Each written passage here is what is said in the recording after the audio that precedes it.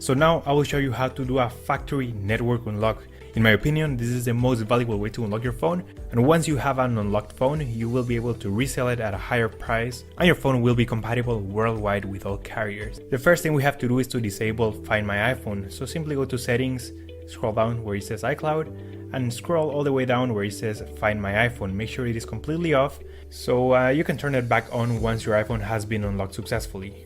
Alright, so then we have to get the IMEI number. Simply open your dial pad and type *#06#. So as you will see, your 15-digit IMEI number will appear. You can also find this number on the back part of the box of your phone or also in the SIM card tray. Alright, so this is by far the most important part of the whole unlocking process. Now keep this number somewhere close as we will need it in a few seconds to unlock this phone. Alright, so now we're gonna use the computer. iTunes saying congratulations, your iPhone has been unlocked. Boom, there you go guys, your phone is now fully factory unlocked and now it's compatible worldwide with all carriers.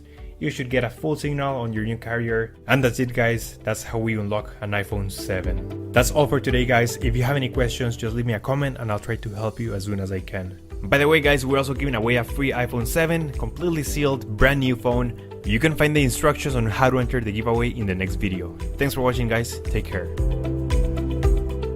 Today, Apple released a brand new iPhone 7. This goes hand in hand with their product Redline that donates a portion of the profits to AIDS and HIV programs, with the hopes that eventually we will have an AIDS-free generation. Charity is always a good thing, especially from one of the largest businesses in the world. When you buy the product Red iPhone, it comes with a white screen.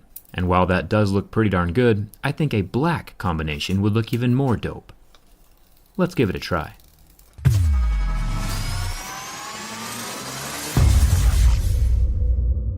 I turned the phone completely off and then removed the bottom two silver pentalobe screws.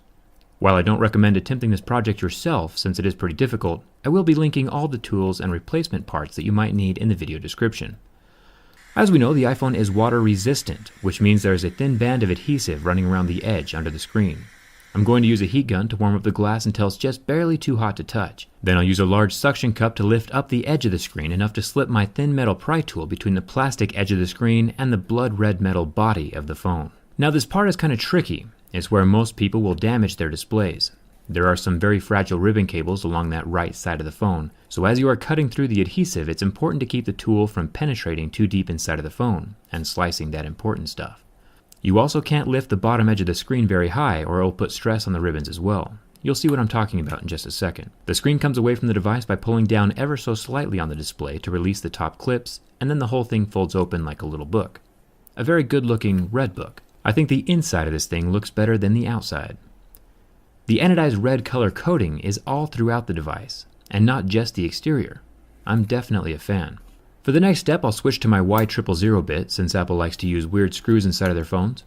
There are 4 screws holding down the metal plate over the battery connector, fingerprint connector, and LCD ribbon connector.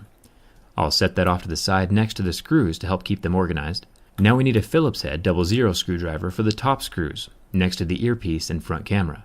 If you think it's weird that Apple has 3 separate screw types inside of their phone, you're not alone. I think it's pretty strange as well.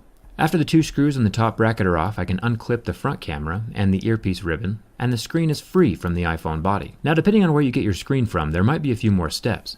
If you buy the replacement screen linked in the video description, you'll have to transfer over your earpiece, back metal plate, and home button to your new screen. I showed that in my iPhone 7 screen replacement video. For the sake of time though, for this video I'll be using a screen and a home button that I pulled off a fully functioning matte black iPhone 7. It's already got all the components attached to it, so it's a direct swap, and slightly easier. I'll start by plugging in the ribbon cables from the black screen.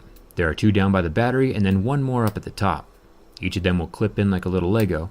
Make sure to plug the battery cable in very last. It's safer that way. The 2 metal plates go over the top of the little connections, and then the 6 screws hold everything tight. Remember, each screw is different, so keep them organized, and put them back in the same hole they came from. The phone will fold shut just like a very expensive book, and then the top edge of the screen gets tucked up into place before the rest of the display clicks down. I'm going to use the black screws that I pulled from my other black iPhone 7 for a cleaner look. Replacement screws are also pretty easy to find. I'll link some below the video as well. And it's time to turn our ultra good looking one-of-a-kind cell phone on. And here's where we run into the first problem. Apple has this thing where if you ever need to fix or replace your home button, they just kill the functionality of it altogether.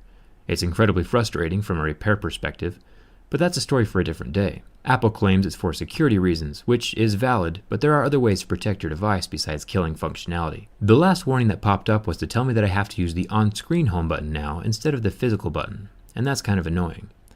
While I love the look of the all black on red, I'm not about to lose functionality solely for aesthetics. It's time to reinstall the original home button, the white one.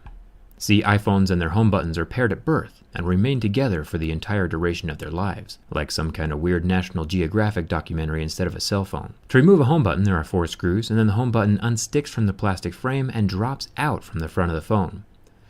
Then all I have to do is tuck the white home button back up into place on the black screen, and then use the same screws to hold it in. And that's it for the home button. It's still definitely white, but this time it's functional, and there are no error messages. Now, one way around this would be to take the main board from the black iPhone and plop it into the red frame.